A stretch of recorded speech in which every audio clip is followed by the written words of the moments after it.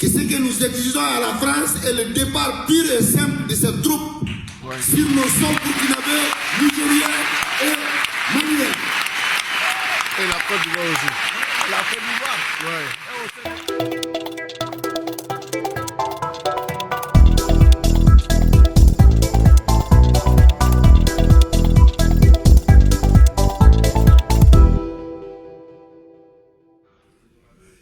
La multiplication des sommets France-Afrique, Chine-Afrique, Japon-Afrique, Russie-Afrique, etc.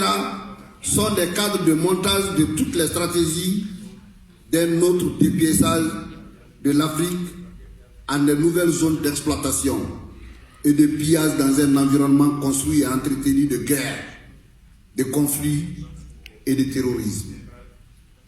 Par ailleurs, la visite d'inspection du président français dans le précaré ouest africain du 27 au 29 novembre 2017 en adressant à l'Afrique un message dont la teneur est résumée dans l'Afrique n'est pas seulement le continent de crise, c'est un continent d'avenir, nous ne pouvons pas les laisser seuls. Eh bien, vous allez les laisser seuls.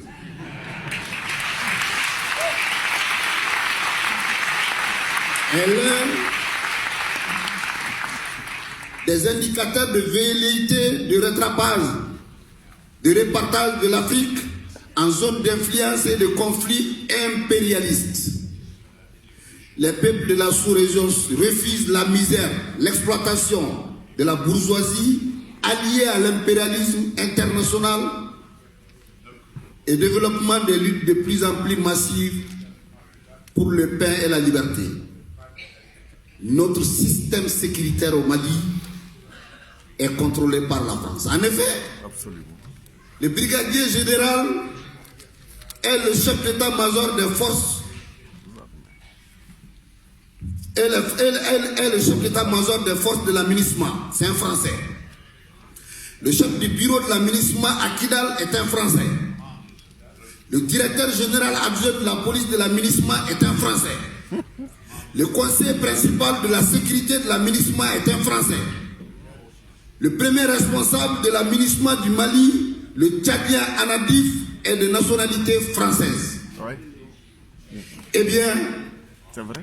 un conseiller spécialiste de la sécurité a été recruté par le président de la République du Mali et aussi un Français. Le terrorisme au Sahel est un mensonge d'État.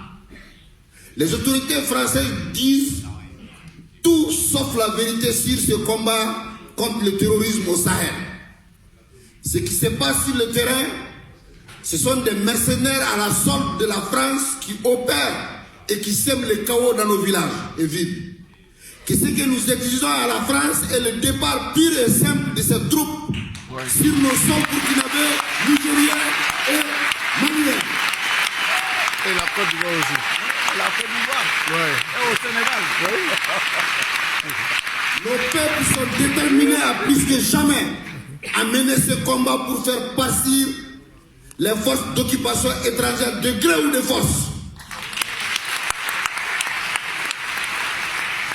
Nous avons tout compris, car le système de médias mensonges a pour but d'imposer de la recolonisation de l'Afrique de l'Ouest à partir du Mali.